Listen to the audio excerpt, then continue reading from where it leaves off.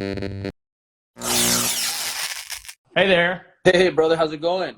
Hey, I gave you I gave you leeway. You didn't show, so I just started talking. I didn't realize that you had you joined late. So glad to No, see you.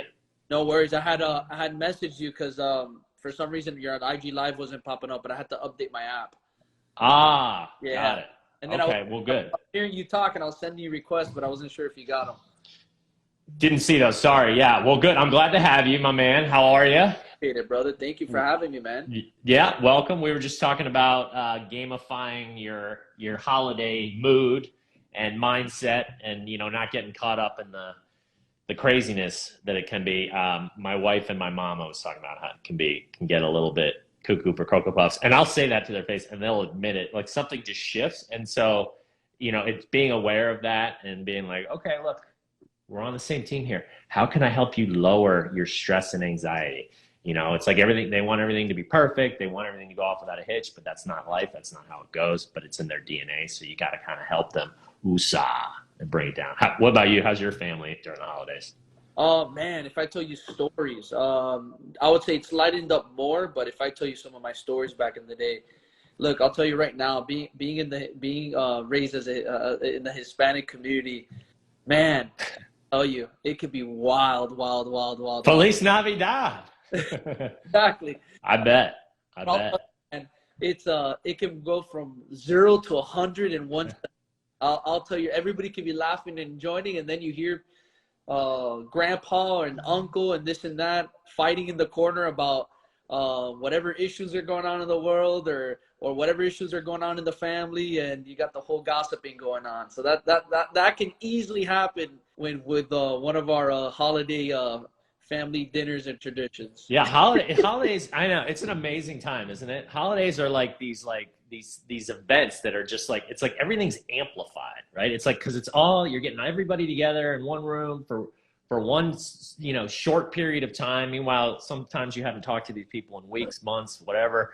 And then it's like you want to get everything all in, and there's this anxiety of like, you want things to be perfect, you want things to go well. But then there's that family dynamic that, it's like an old shoe. You just slip right into it. And it's like, at first everybody's like, oh, so great to see you. And you're hugging and you're kissing. And then, like you said, the next minute, it's like, you must, it's an emotional just roller coaster for sure. But as I said, one of my hacks that I like to use to kind of bring it back to where you're on the good side of the roller coaster is to just remember, like, you're not going to see these people. Some of these people, you love them, they love you. Like, just try to keep it all. We're on the same team here, and have fun together, and love and talk about things that we know that we want to talk about, that we might not miss, and don't waste it on the little petty bullshit and fights, which that's human nature. People tend to do that. You just got to be aware of it. I always say all the time, like, now I've just learned it's again, one of the biggest things I used to do before. And I would say in the last 2 years, I've worked on it very, very hard. Is we already set an expectation with some of our family members. So sometimes we ourselves trigger ourselves before we even got there. So I tell people all the time, don't put filters in front of your family members, especially before you go see them, because what happens is before you even get there, you're already creating scenarios in your head. You're already expecting to be a certain way. So it's already putting you in a bad mood. Even though nothing's happened yet, inside you're already feeling a little anxious. You're already feeling a little tension. So the moment they say anything, it's going to trigger you. And then right there, you're already going to have some kind of tension for the rest of the night. So I myself have worked on that tremendously, because your family members are the easiest people to get under your skin. So, I say it all the time, try to go in there with a clear mind, set the expectations you want. So before you even get there, start telling yourself, okay, my mom's going to be like this, my dad's going to be like this, my grandpa's going to be this. Set up the way you want them to be and present them Right. at that moment, and bring that energy out into existence. Don't put the filters of what they typically might be when you were used to being with them, because if not, you're going to attract more of that, and then you're going to go into a hostile environment, and that's what you're going to create. So remove those filters, guys, and set up the expectations that you would want for your family members, and especially during these holidays. Well, dude, that's exactly right.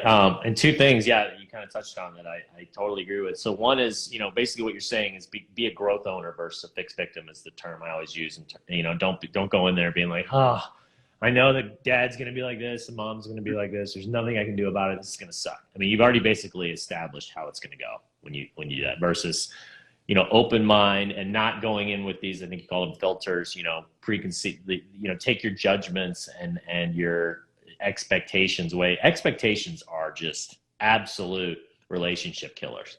Totally. When you just expect or assume and you want people to be a certain way, or you assume the opposite, that they're going to be a certain way. I mean, it's like you've already determined that that's how it's going to go. Your mind is playing that movie versus like what you said, like think of the end in mind. Okay, like what's this going to look like at the end of this gathering?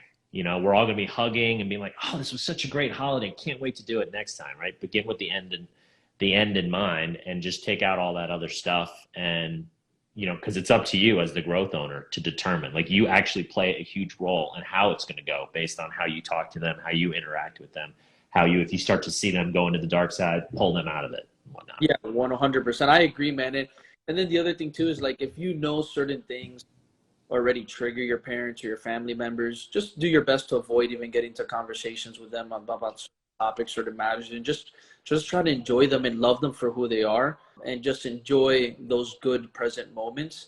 And then don't spark something that doesn't need to be sparked, especially if you know what's going to get them triggered. So try avoiding those conversations and just have a good time. Love it, man. All right. Well, that was a nice little pickup from our other conversation. And thanks for your contributions there. Let's talk more about you. Tell us about who you are, how you got here, a little bit about your journey and, what you're doing now and where you're headed and what you're trying to do to help the world and how you're doing it. Totally, brother, and I appreciate that, man. So first of all, thank you for having me on, and so that way people have a little bit better understanding of who I am. My name is Anthony Mendez. I reside in Miami, Florida, raised. Don't hate me. I know it's sunshine here all year round. If I can give you some, I would give you some. Yeah. But I've been a trainer my whole life. Starting, that was my career, and basically where I'm at today is, I really focus on helping these coaches, these brands, so that way they don't have to worry anymore about burnout or about not getting paid efficiently because they're on a trading time for money base, where they can actually create more of that time, money freedom for themselves and do more what they love and focus on what they love. And for me, that's always been a mission. And, I've been business coaching for 3 years now. Recently opened up an agency probably like 5 months ago, which is on the aspect of scaling these coaches once we lay a foundation. So I have a full service digital agency with my business partner. I also have a podcast with my business partner. So I'm the co-host of the Sweat It Out podcast, where we talk everything about self-development, high performance, how to be able to, become a successful individual. We interview other big entrepreneurs, athletes, celebrities, and we also talk about trendy things going on in today's world. Love it, man. Yeah, that's right. So yeah, you're basically getting back to kind of how you're helping people. Is it a technology that you developed? And I love the idea of, because we all have different strengths, and I'm always preaching, you want to hone in on your strengths and your passions and figure out how to outsource the rest of it. Figure out workarounds, because, the last thing you want to be doing is spending the majority of your time on stuff you're not good at, like trying to maintain the finances and the business aspect and growing your business. And if there's, if there's something that a person or software or technology that can help you do that, I mean, that's what's up. So why don't you tell us about what it is exactly that it does? Yeah. So as far as when it comes to how to help people, when it comes to like tools, I'll say the most important thing, if you're talking about the scaling aspect, right? How I can help my coaches be able to get the results they're looking for. So when it comes to the coaching aspect, I'm all about the organic base.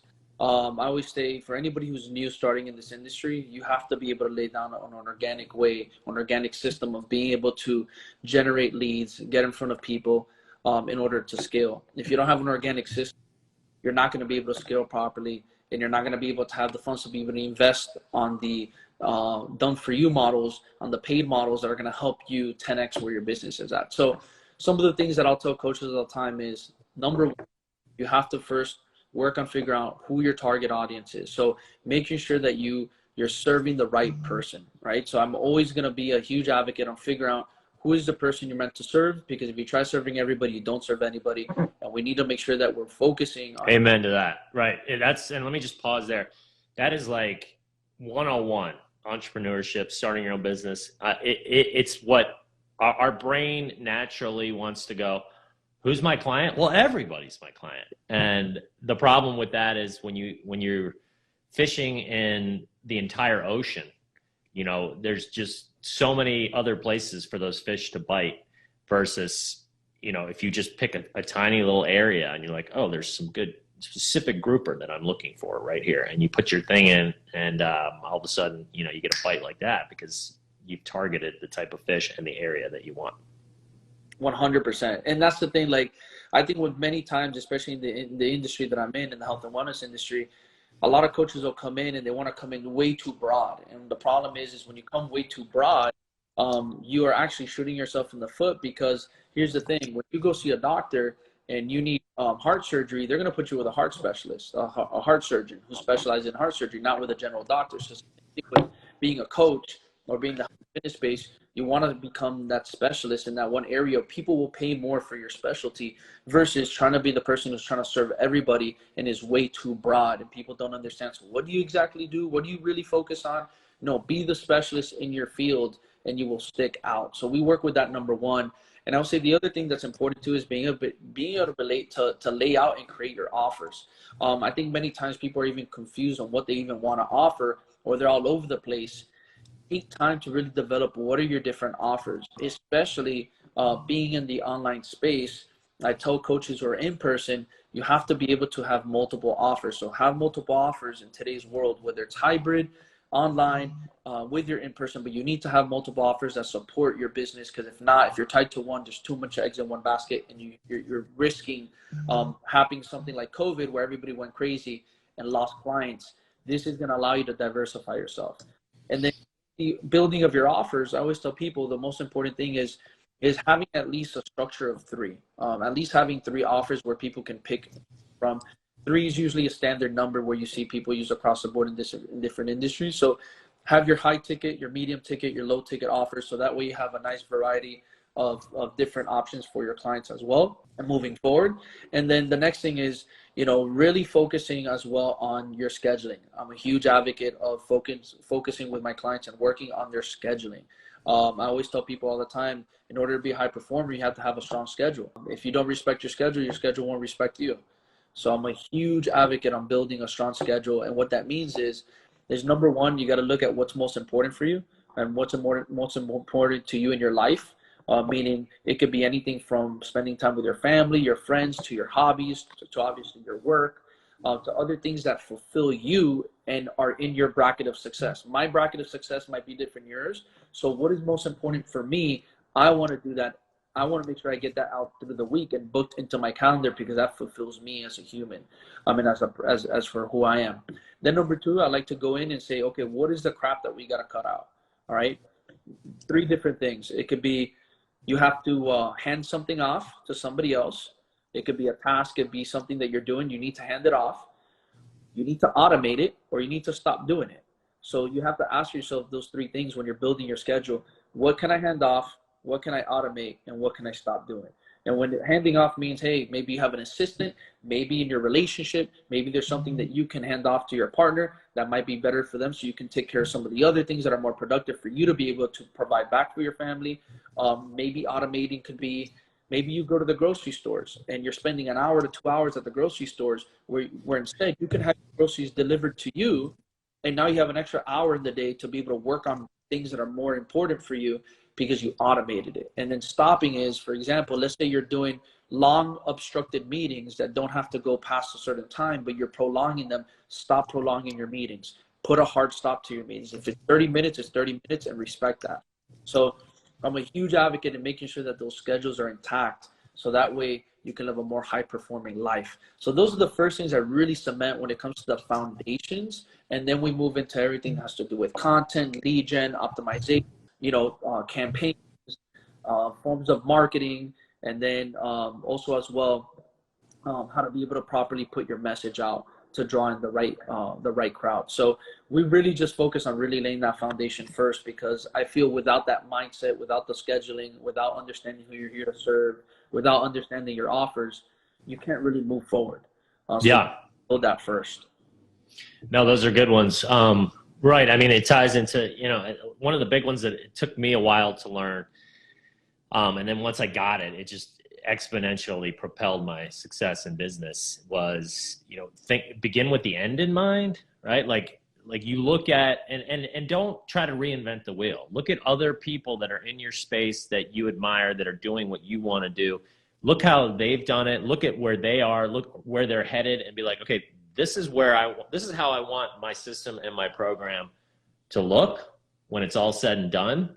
And this is where I want to be. And then start building backwards from there. And that's a good way, I think, to cut out, like your tip number 2, cut out the crap, because then it immediately makes a crystal clear vision of what it is that you're after and trying to accomplish and what it's all going to look like. And you can just start getting rid of, well, this doesn't help. This doesn't help. Why am I wasting my time over here? And these types of things. Yeah, 100%. And that's where I think that goes with anybody in any industry, is just as a high performer, you have to have those things intact. You know, for me, I always talk about bulletproof mindset, creating a high performing schedule. And that's in any industry across the board. If you just want to be able to be successful, you have to have those two things. Because the thing is, if you don't have the mindset going into whatever it is that you're doing, you're not going to be able to go over those obstacles, those failures, you know, whatever it is that is in your way. And then if you don't have your schedule intact, you're not going to even be consistent at what you're supposed to be doing. And when you can just fix those two things, man, it just shoots your business up to the next level. That's not throwing in the actual skill sets and the tools and all that stuff. That's just literally fixing the mindset and the schedule. And I think a lot of people take for granted what those two things can just do for them, where your sales can be doing not that well, and just by implementing the mindset and the scheduling, your sales will go up the roof. And we haven't even worked on sales skills. That's right. Yeah. You know, it's at the end of the day, I think that the overarching 10K view, you know, is that mindset that you said, because, you know, and we mentioned briefly earlier, I talked about, I call it a growth owner mindset versus fixed victim. You know, when you are really passionate at what you're doing, you obviously, whatever it is you're picking, you got to love what you're doing, and you have to be good at it. To me, those are the two like prerequisites. You don't want to be good at something but not really enjoy it. That's not going to do you any good. And if you're super passionate about something, doesn't necessarily mean you're good at it. Like if you're 5'2", you can't be an NBA player. Well, although Bugsy Bugs prove that to be. So it is possible, but in general, and then you look at kind of like, okay, and then what is the chances of me with my passion and my strengths doing something? And then you just don't stop no matter what. And you just keep going. And there's going to be kicks in the balls. There's going to be slaps in the face. You're going to fail, but you want to fail beautifully, right? You want to say, okay, that sucked. It wasn't fun, but what did I learn from it? How do I grow? And, you know, even with a system like yours, I'm sure it's going to work better for some than others. And a victim might say, well, I'm using it. Why isn't it working? It's like, no, okay, well, maybe you got to tweak it to your particular area, to your particular field, whatever it is, and make it your own. And remember that those strengths and those passions. And I like the idea of the outsourcing too, of the stuff like what is taking up your time that is just not progressing you towards these goals. Like, you know, is it going to the grocery store when you can order on Amazon Prime and have it delivered, you know? And what I like to do with my clients is have them make a daily routine list. And it doesn't usually, it's going to take more than a day. But what you do is you literally write down all of your habits, whether they're neutral, success, which I consider positive, or negative, which I consider failure habits. And I actually have my sheet, and the neutral are black, the success habits are in green, and then the failure habits are in red. And, you know, it might take a few days because I mean, we're on autopilot all the time, right? We are our habits are us. And before we know it, you know, we're being led around by them, and we have no idea a lot of the things that we do. And to actually see it, and then a big part of that also is writing down the amount of time things are taking you. And then you kind of look at the big picture after 3 or 4 days of doing it, and you feel like, okay, I got a pretty good, and then you go, okay, whoa, what failure habit am I doing that I need to replace with a success habit? What neutral habit isn't really, you know, I'm doing it, but I don't need to be doing it. And I can turn it into an actual momentum builder by either outsourcing it or figuring out a way to Like we were saying, for instance, instead of going to the grocery store, having it delivered. 100%. No, and I absolutely love that, because here's the thing. Like I tell people all the time, you have to make sure you have everything inputted into your task list or your schedule somewhere, so you can see it, somewhere you can actually write it out, take it out of your head, because a lot of people who go out through their day and just try to do things at random is going to lead to unproductivity. When you can list things out, when you can have things written out, when you can see what's not serving you, what is serving you, what makes sense, what doesn't make sense, you can actually start creating direction for yourself. And that's why, like, I'm a huge advocate where this plays into role is, I see most people all the time, like, especially with like new business owners or like business owners who get stuck. And I was here too recently. This was maybe like, again, 2 years ago, where we get so caught up in the business. And what happens is that you're not being fulfilled in these other areas that are supposed to be important for you. And that's why I'm a huge advocate. And I tell people all the time, you got to stop working in reverse. You're always putting business number one, when in reality, it should be your health, which means physically, mentally, recovery, spiritually. And then your self-care is number two, which I call dating yourself. You have to take yourself on dates. Do your hobbies, right? Literally, if you enjoy walking to the beach, go walk on your own. And when I mean dating yourself, it's something for you, right? It doesn't even have to be with anyone. It's for you. Whatever makes you happy. Take yourself on a date. Go to dinner on your own. Go play basketball. Go do whatever you love. Go spend some time for yourself weekly. And then next is your friends and family. But you saw how I put health and self-care first? That's more important. Then your friends and family, you plug them into your schedule. And then lastly is your business. Because what happens is, if you put business first and you're not being fulfilled in these other areas, you're not going to be able to focus 100% on your business, because you have all this other shit on your mind, because you're like, I couldn't do this, I couldn't do that. I don't feel good. I couldn't spend time with my family. I couldn't get the workout I wanted to get in. I didn't end up taking myself to the place I wanted to. It's already been a month and I haven't done anything for me. You're working in reverse. Flip it around. Do the things you need to do to make yourself better and make yourself feel fulfilled. And you will start seeing that your business will have more clarity. Your business is going to produce faster. You're going to be able to produce more because you're in a better state of being. And when you're in a better state of being, you're a better high performer. So when you plug that into your schedule like that, you're going to succeed much higher. And the way I explained it in an easy term is, look at a table. A table has 4 legs. Each leg represents one of the things I said. Leg number one is your health. Leg number 2 is your self-care. Leg number 3 is your friends and family. Leg number 4 is your business. If you take off one leg, the table might be standing, but guess what? If I touch that table, it's going to fall down. So you're not strong. It's unstable. If I take out 2 legs, it's going to be tilted. If I take off one, even worse. And if it has no legs, then no, we're a little screwed there. But that's what I'm just trying to show you, is that if you want to have a strong table, meaning if you want to have a strong life, you have to pour into those 4 different areas in that category for you to feel strong and fulfilled. And then you can go out there and start winning. So this is, I love how human brains work and how we're all different, right? So as you're talking about this, you can see my rocket ship in the back. I have 5, I call them the 5 cores, very similar to your 4, call it legs of the table. A universal principle, this is how I look at the world. A universal principle is a universal principle. And what I consider a universal principle is something that's been around since the beginning of time and has proven itself, and we can hang our hat on. And we know, like, okay, if I base my actions and my habits around this thing, it's definitely going to make me happy, successful, whatever you want to call it. It's going to be around until the end of time, or until we destroy ourselves as human beings. Okay. So with that said, I think this concept of having these major areas of your life is definitely a universal principle. It's what I gear all of my stuff around, and my habits. My 5, slightly different than yours, but the same. Just, again, this is why I like how human brains think differently. It's like the same thing, but just packaged slightly different. Our mindset, your career and your finances, relationships, physical health, and then your emotional health and giving back. And I see things slightly different than you, and I want to, but the same. So I want to talk about that. But before I do, hold on. Happy anniversary to Nick Gurr. Somebody had requested that, so I wanted to make sure I said that. Okay, so the way I see it, so you were talking about how you want to flip the order. I see it slightly different, and put career and finance at the bottom and take care of the rest of yourself first, and then that'll come. Yes and no, for me, and the way I see it. And so I think it's good for our audience to kind of get both perspectives and maybe, find their own path, because that's, again, our brains work differently, and whatever works for you is going to work for you.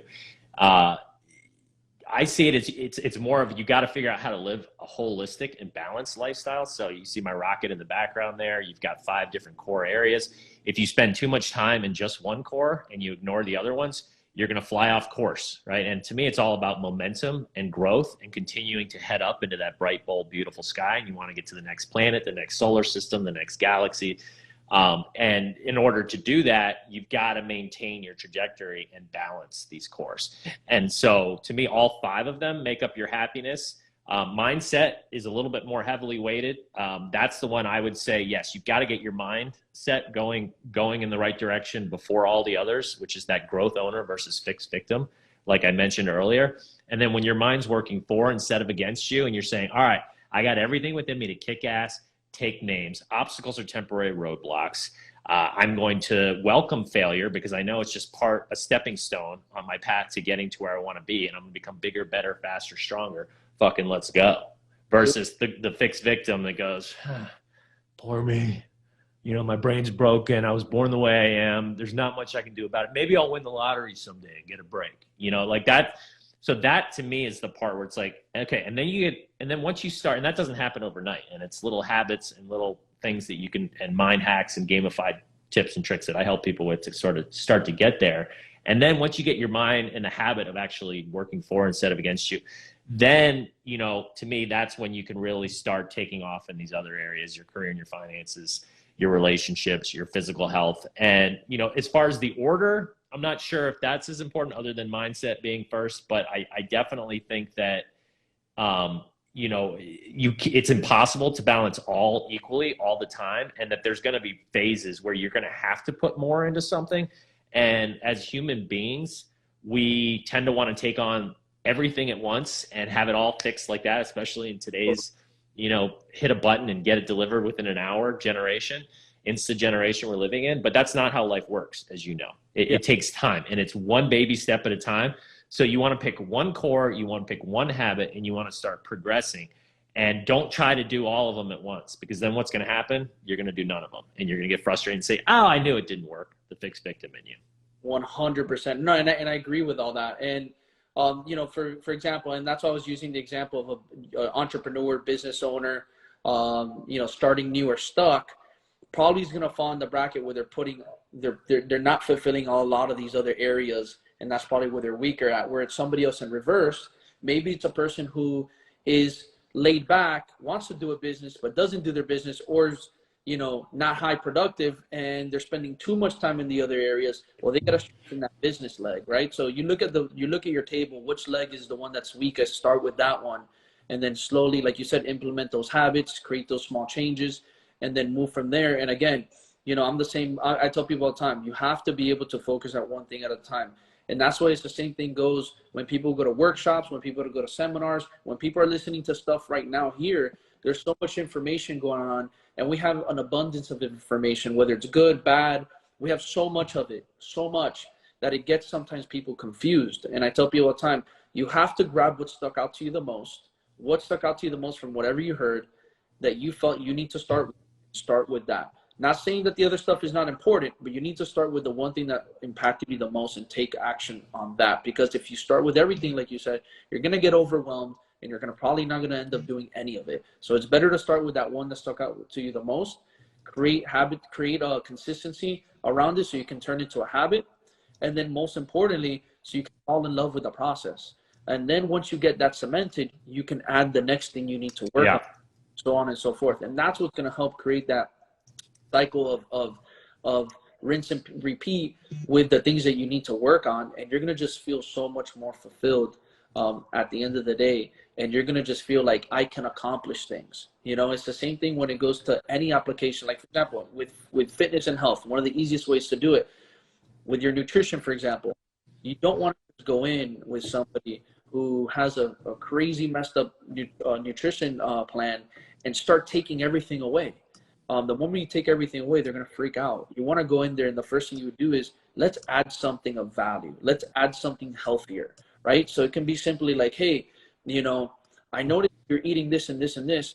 I noticed, hey, there's a little, we need to include some greens in here, but I'm going to let you pick. Do you want to pick broccoli? Do you want to pick asparagus? Can you add just greens to your dinner? Can we just do that for like a month? Can we just add something green to your dinner for a month and let them do everything else they're doing? Just add greens. Maybe it could be, hey, can you just add a glass of water for this whole week? Can we just do that to whatever you're doing already? Like literally that minute, but those little changes would just help them so much because it's the compound effect. They weren't drinking any water at all. Now they're adding. That's right. Water. You do 7 times 4. That's how many more glasses of water they've had that month. So those little changes is going to make them feel like, oh, I can make this happen. I got this. So now they're going to get excited. They're going to feel better. And then they're going to come back to you. I'm ready for something else. Like, I can do this, you know? So I think it's when you can do that for others and for yourself, that's where you see the true power happen. Yeah, man. Well, that all fits perfectly into, like, if I were to summarize life into, I actually have, I call it the equation of life. It's something that's taken me my entire life to come up with. And so far I've seen it's a universal equation that I've yet to have it fail or say, have somebody prove that it's not the correct equation. So I'm going with it for now. And basically what it says is your belief system plus your repeated actions plus time equals who you will become. Okay. Right. And it ties into exactly what you're saying. It's basically the compounding effect. Your belief system, your mindset, like we're saying, what do you believe? What is it? What are the thoughts going through your head? What do you believe that you can do? Where do you think that you can go? Who's the type of person you want to be? Right. And then you've got to actually take the action on those things, but you can't just take one action. Right. And in this day and age, like we were just talking about, it's so easy to see an inspirational quote or hear, you know, somebody's listening to this podcast and goes, yeah, that's it. Right. Until the dancing monkey comes on the screen the next time they scroll. Right. And then it's gone forever. It's you got to have a system. You got to have a system to actually turn those actions into habits.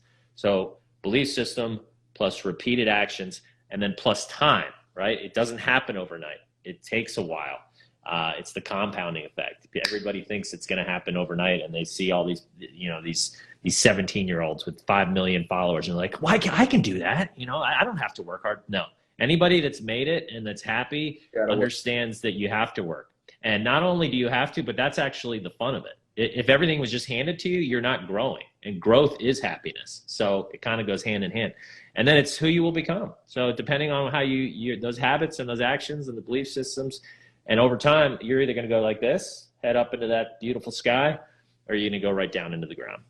I love that you brought this up because two things. I say this all the time. I'm going to start with the first one. Your health, your business, and your relationships are the 3 things you can never speed up in life. They're the things that need the most patience and the most growth in order to see the most success with. So you can never speed up your health, you can never speed up your business, and you can never speed up your relationships. If you end up trying to speed them up, what's going to happen with your health? You can get injured, or you might fall in a rebound effect. You do that with your business. What happens? You might crash. And same thing with your relationship. You try to speed it up too fast. What happens? It goes sour.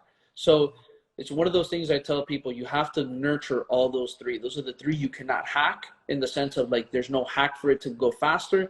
You have to be able to just take time with it, build on it, and grow with it. And then the next thing is, you talked about, you know, the motivation factor. I tell people all the time, motivation is good, but action is great.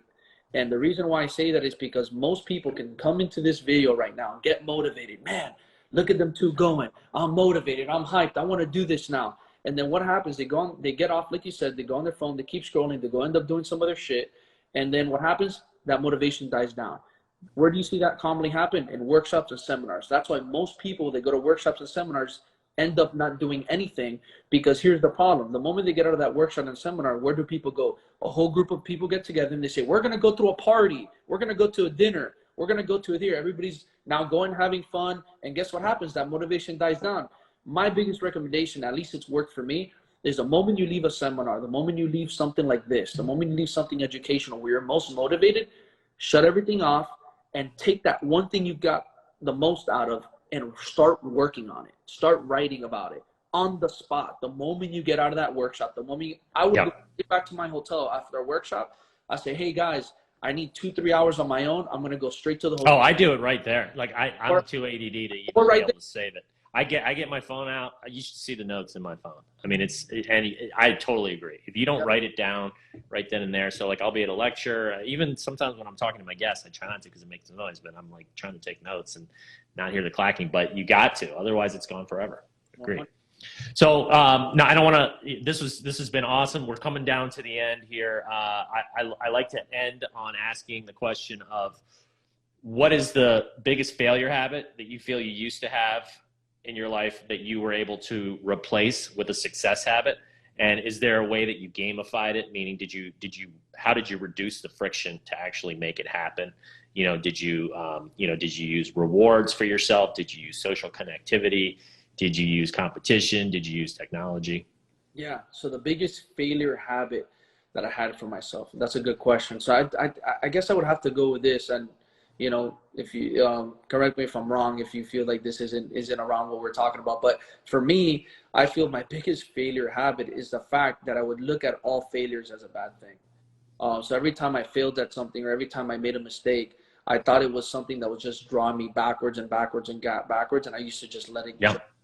No, that's absolutely a habit. That's a victim, fixed victim habit mindset. Like you look at things as obstacles that are going to stop you versus, okay, how do I work around them? Absolutely. 100%. And that for me, I would say is looking at those failures as a bad thing is what was doing it for me and not allowing me to grow. And it wasn't until, myself, working with other coaches, working with other individuals and seeing and understanding the beauty of failure. And all I did was switch the F, instead of saying failure was a fuck up, I used to say failure is feedback. And that's what I say now. Failure is feedback. I switch that F and I say feedback instead of saying fuck up. I like that. I tell myself all the time. See, I'm going to take a note on that right now. No, 100%. And I'll never remember it. Failure, instead of saying fuck up, now I say it's feedback. And I tell myself all the time, every time I fail at something or I make a mistake, I say, I'm getting feedback. And I like it because now I went through something I've never gone through before. I've experienced it, and now I can figure out how to hack it, or I can figure out how to create a solution for it. And I like it because this is what I'm good at, is solving problems. And that's what I tell people all the time, especially if you're a coach, an entrepreneur, or somebody who's inspiring to be one. What do entrepreneurs? What is an entrepreneur? And what do they do? Entrepreneurs are people who are willing to take on problems that other people are not. And I always tell myself, well, if this is who I am as an entrepreneur, well, I'm going to take on this problem that I just experienced. I got the feedback from it, and I'm going to now hack it and figure out how to win. So the next time I'm going to be on a win mode. And that's how I just changed my mentality to just looking at it as a constant feedback, and I'll write it down. And maybe the next time I get tackle it, I might not be 100%, but I'll be a lot better than I was before. And then I'll do that again. And for me, look at that climbing ladder effect as well. Like I always say, the failure you start with, when you come back to it and you do it again, you climb one step or you climb one ladder. You're now here at this level, and you climb the next ladder until you hit 100% with it. And then now you're like, boom, I overcame it. I figured it out. Now you can have a framework for it. Now you understand it. Now that's it. You can move on from it. What's the next thing? So look at it as a positive thing. Switch it around. Look at it as a positive thing. And I'm not saying I'm perfect. Like, we have our moments. Like, we're still human. But at least I understand how to flip that switch faster. Yep. Oh, that's huge, man. That's huge. Thank you for that. Yeah, I mean, that ties into kind of the theme of this. I feel like growth owner is the theme of this episode. It's a growth owner looks at failure as not only something they have to deal with, but as a mandatory part of growth and being happy. Like, it's you can't not have failure. So when you look at it that way, it's like, okay, this sucked. It wasn't fun. Like, you don't have to jump up and down for joy when you fail. Like, that's not realistic. But it's like, okay, deep breath versus, what did I learn from it, and how can I grow from it? What are the lessons that'll make me bigger, better, faster, stronger versus, fuck, I knew I wasn't good enough. See, there's proof that I suck and that I'm a terrible person and that I couldn't do it. So thank you for that, man. That's a great way to end strong. Anthony, thanks so much for being on the show. I'd love to be on your show if you're interested. I talk about some more about this stuff. I think we'd have some good more conversations. I didn't realize you had a show. That's awesome. Yeah. And let's stay in touch, dude. I like your vibe. I like what you're doing with the world. Keep that momentum going, man. That means a lot to me, man. I would definitely love to have you on my coach's corner and on my Sweat It Out podcast. Would be amazing to have both. Perfect. Just shoot me a DM and my assistant will get it set up. We'll do. And the last thing I always like to leave off with everybody, I always say this because I just think it's important, but if the world doesn't stop for you, why are you going to stop for the world? You got to keep on moving. All right. So keep doing what you got to do. Don't care about what anybody else is doing, whatever else everybody is saying, because I'll tell you right now, nobody's going to stop for you, though. So don't stop for the world. You got to keep going. That's it, man. ABG, always be growing. All right, brother. Thanks so much. That's it for the 5 Core Life. If you haven't already, go ahead and hit that like button on this video and pound that subscribe button so you get notified when new episodes drop. Also, please fill out the free 5 Core Life Evaluator quiz. It's a great way to get a baseline of where you are in the 5 cores and which of the 5 cores you need support. In addition, you'll get some actionable advice that you can apply and start improving your life in the areas that you need it most. That's it for today's episode of the 5 Core Life Podcast. Have a wonderful day. Get moving. Gain momentum. Join the movement. Join Emmett by going to moremomentum.com to take a free life evaluator quiz on where you currently stand in each of your 5 cores.